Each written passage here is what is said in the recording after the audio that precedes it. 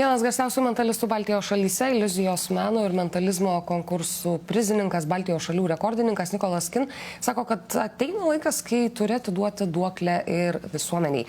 Nikolas Kin mūsų studijoje, labas vakaras. Labas vakaras. Nikolai, tavo dabar tokia yra ambicija atitraukti jaunus žmonės nuo kompiuterių, ištraukti juos į sceną. Kaip ketinate tai padaryti, pasitelkdamas tą pačią iliuziją, hipnozę? Ne hipnozę, iš tikrųjų atitraukti ne tik nuo kompiuterių ir ne tik traukti į sceną, o svarbiausia, kad sušimtų tam tikrais dalykais. Nes aš dabar pastebėjau tendenciją ties jaunimu, kad jaunimas prisėdęs prie kompiuterių, netgi čia žiūrėjau reportažą ties šauktiniais, kariškiais, kad didžioji dalis nejudrus. Jie sėdi prie kompiuterio, įnikę ir mato vienintelį pasaulį.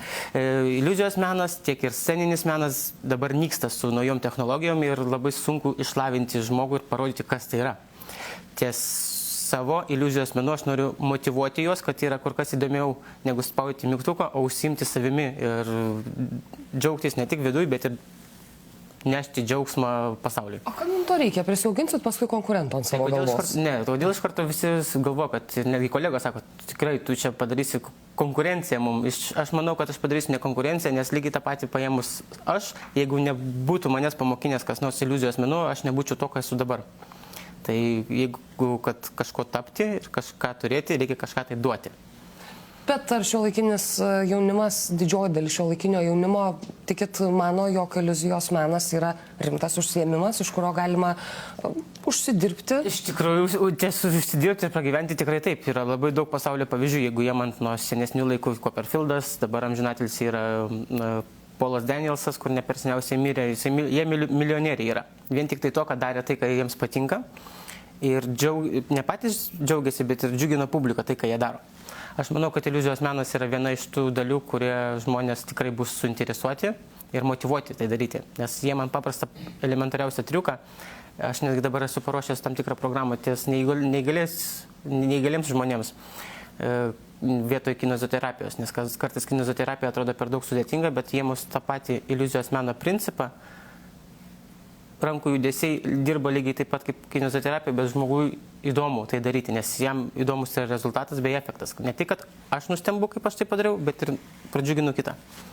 Jūs kalbate apie motyvaciją, bet ar visiems norintiems pakaktų talento, ar to talento nereikia? Viskas yra išmokstama ir, juodai dirbant galima tapti žvaigžde. Iš tikrųjų, ką reiškia pats žodis talentas? Talentas tai yra tik tai gebėjimas, ar tu tai geriau padarysi, ar iš karto tai padarysi, ar po kiek laiko pastangų. Aš manau, kad jeigu dirbant, atsiranda ir talentas. Turit triuką paruošęs? Netgi ne vieną. Vieną iš tikrųjų trumpą, kitą tokį labiau sudėtingesnį. Jeigu jie man ties motyvacija, kaip ir sakiau, ties kineziterapijoje, aš turiu žiedą. Ir jie man labai paprastai daryti nieko nereikia, reikia tik akilai jums stebėti. Jeigu paimsime žiedą, uždėsime ant piršto, jis yra kur? Ant piršto. Jeigu mes jį nuimsime ir permesime, mes nepastebėm, kaip jis taip keliauja. Sunkioji dalis yra ne tik tai uždėti jį, bet nuimti taip, kad kaulai liktų sveiki. Jo, matau jūsų nuostabą, aš įsivaizduoju, kad ir žiūrovai namuose lygiai taip pat galvoja, kaip taip įmanoma. Scenariais viskas tvarkoja. O jeigu paimsim, paprasčiausiai užmesim, jis jau yra pas mus ant piršto. Taip, čia yra iliuzijos meno, galima sakyti, pagrindas ir rankų miklumo technika. Daugiau daryti nieko nereikia. Sunkesnė dalis bus dabar. Jūs esate kūrybinis žmogus? Manyčiau, kad taip. Kūrybinis, kaip sakoma, su dailė nesusipykus. Piešti nemoku, bet paveikslais mėgstu pasigrožėti. Supratau, o paprastus piešinius galite nupiešti? Plius minus. Elementariausius tokius. Elementariausius labai gerai. Aš žinau, kad tu dabar pagalvotume apie tam tikrą vieną piešinį mintise. Turit? Ir jeigu neklystu, jūs dabar turite kelis piešinius galvoje. Du turit, gerai. Aš noriu, kad paimtumėt, užsimerktumėt, paprasčiausiai užsimerktumėt ir pagalvotumėt tik tai apie tam tikrą vieną piešinį. Pilnai įsivaizduojam, pagalvojam, nekeičiam nuomonės. Gerai. Pakeičiam į kitą piešinį. Gerai. Dar kartą pakeičiam nuomonę, turim. Gerai, jeigu neklystu, biškį šilumos atsiduoda iš piešinio. Dar kartą pakeičiam. Aha, truputį sudėtingiau. Dabar neatsimerkus, pasakykite žodį tik tai taip arba ne.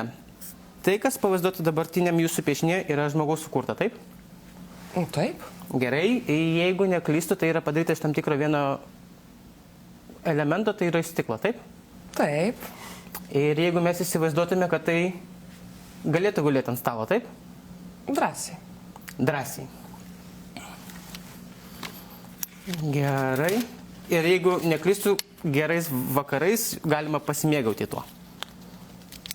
Galima, bet nereikėtų piknaudžiauti. Supratau, gerai, aš kaip sakoma savo piešinį padėsiu. Aš kai suskaičiuosiu iki 3, jūs atsimerksite, jausitės puikiai, žvaliai, kupini geros nuotaikos. 1, 2, 3. Gerai. Dabar jūsų užduotis yra labai paprasta. Paimti, aš jau esu nupiešęs, nenoriu, kad jūs matytumėt, nupieštumėt savo piešintis, kurią buvot pasirinkę. Kaip išeis? Jeigu atvirai laisvą pasirinkimą turėjo, taip?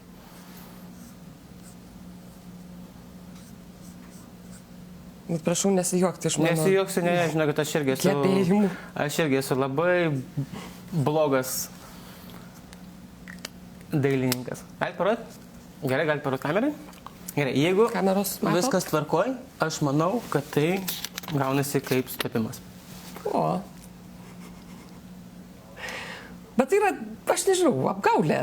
Tai nėra apgaulė, kaip sakoma. Jūs turėjote laisvą pasirinkimą. Aš turėjau laisvą Taip. pasirinkimą, bet kas tai yra? Tai yra šeštas jausmas, tai yra kažkoks gebėjimas paveikti žmogų psichologiškai. Sąlyginai taip. Aš visą laiką sakau, kad mentalistas yra tas žmogus, kuris naudojasi savo 5 turimais pojūčiais, kad sukurtų iliuziją, kad turinti 6.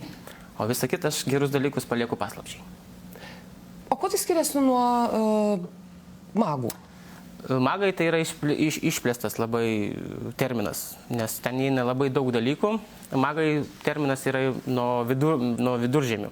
Kaip žinoliai būdavo, tie pas Egipto faraonus, ten kiti šamanai vadinosi, tai magai ėjo era. Iliuzionistas yra tas žmogus, kuris naudojasi tam tikrom priemonėm bei rankų miklumu. Mentalistas naudojasi tam tikrais protiniais sugebėjimais. Taip. O kodėl daugiau mentalistų yra vyrų? Nes šiaip moteris, sako, turi apskritai iš prigimties tą 6 jausmą. Yra ir moterų mentalisčių, tikrai taip, ir daug pavyzdžių yra. Kartais netgi būna, kad yra duo, vyras ir moteris, ir didžiąją dalį atlieka triukus moteris, bet vyras prisiema savo laurus. Lygiai tas pats ir iliuzijos menė yra. Ačiū, Kada tai buvo. pjauna moterį, niekam neįdomu, kas vyksta dėžėje, kas vyksta su moterim, viskas įdomu, kai vyras pateikė tą damą. Ačiū, tai buvo vienas garsiausių Baltijos šalyse mentalistų, Nikolas Kin. Dėkoju, kad atvykote pas mus į studiją. Ačiū.